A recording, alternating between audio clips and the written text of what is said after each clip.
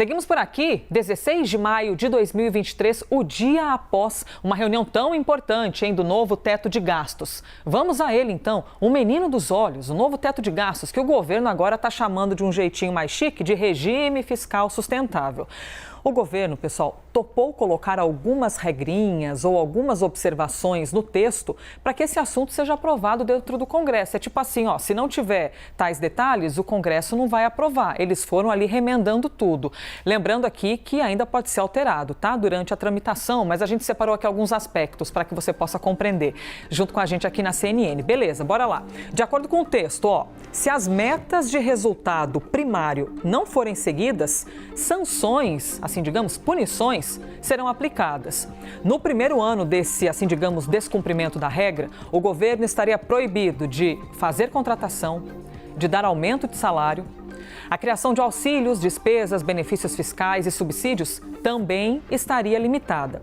Caso a regra não seja cumprida nos anos seguintes, o governo não poderia, por exemplo, conceder aumentos em reajustes em despesa com pessoal. Novas contratações também estariam limitadas, bem como a realização de concursos, a não ser que seja para reposição de vagas abertas, mas não poderia fazer para novas vagas, tá bom? Para aumentar a despesa. Detalhe, o presidente poderá pedir ao Congresso Nacional, ao longo desse período de restrição, autorização parcial ou queda gradual dessas regras, beleza?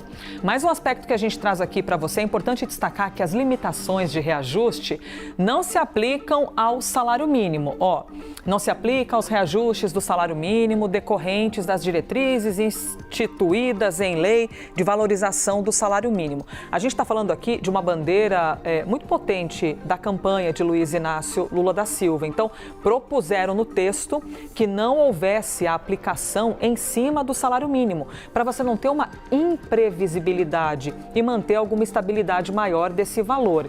Não há também no texto a responsabilização criminal ou administrativa para os gestores públicos em caso de descumprimento da regra. E é justamente esse trecho aqui que eu quero emendar com o Gustavo Uribe, para ver se a gente conseguiu direito, Uribe, entender aqui uma parada.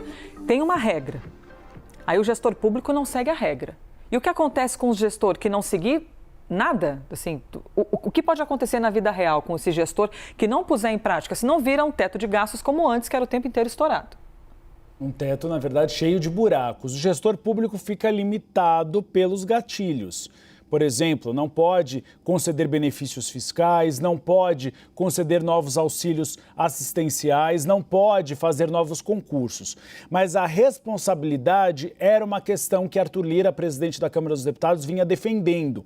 Mas o Palácio do Planalto era contra, porque o feitiço poderia sair contra o feiticeiro, ou seja, colocasse uma responsabilização administrativa ou criminal. Isso poderia se tornar um crime de responsabilidade. E o que aconteceria? Ensejaria processo de impeachment. Então, o governo de Luiz Inácio Lula da Silva cria uma regra fiscal e a própria regra fiscal poderia se transformar no algoz de Lula, que poderia haver contra ele um procedimento de impeachment. Cláudio Cajado foi ao Palácio do Planalto ontem conversar com Fernando Haddad e este ponto, então, não foi incluído. Outra questão, a questão como nós trouxemos do salário mínimo. Essa era uma preocupação de Lula. Caso Lula descumprisse as metas e no ano seguinte também, você poderia ter aí, a não possibilidade de aumento do salário mínimo. E aí era um problema para a gestão de Luiz Inácio Lula da Silva. E o argumento foi muito simples. A irresponsabilidade do governo não pode penalizar a população brasileira que mais precisa do salário mínimo. Então aí se adotou retirar o salário mínimo dessa contagem. Ainda há 2 pontos bastante polêmicos, viu, Elisa, que ainda podem ser discutidos na análise de mérito da Câmara dos Deputados na semana que vem e eventualmente no Senado Federal.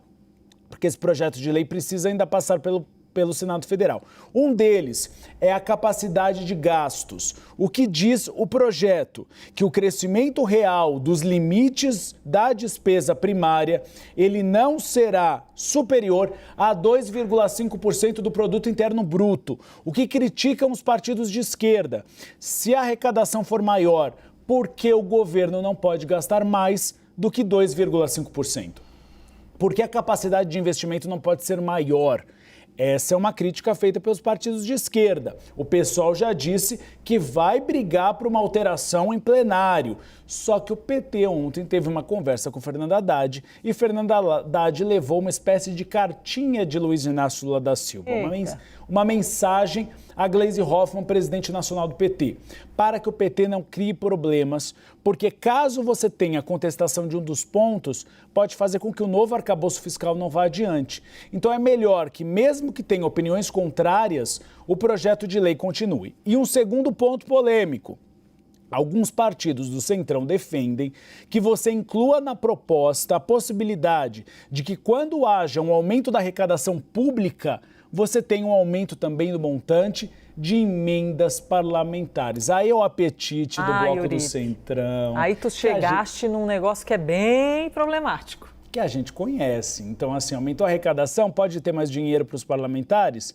É isso que o plenário da Câmara dos Deputados vai discutir. Amanhã, então, votação para que seja um projeto de lei em regime emergencial. Semana que vem, então, a análise do mérito na Câmara dos Deputados. Treino é treino, jogo é jogo. Por enquanto, o treino está dessa maneira.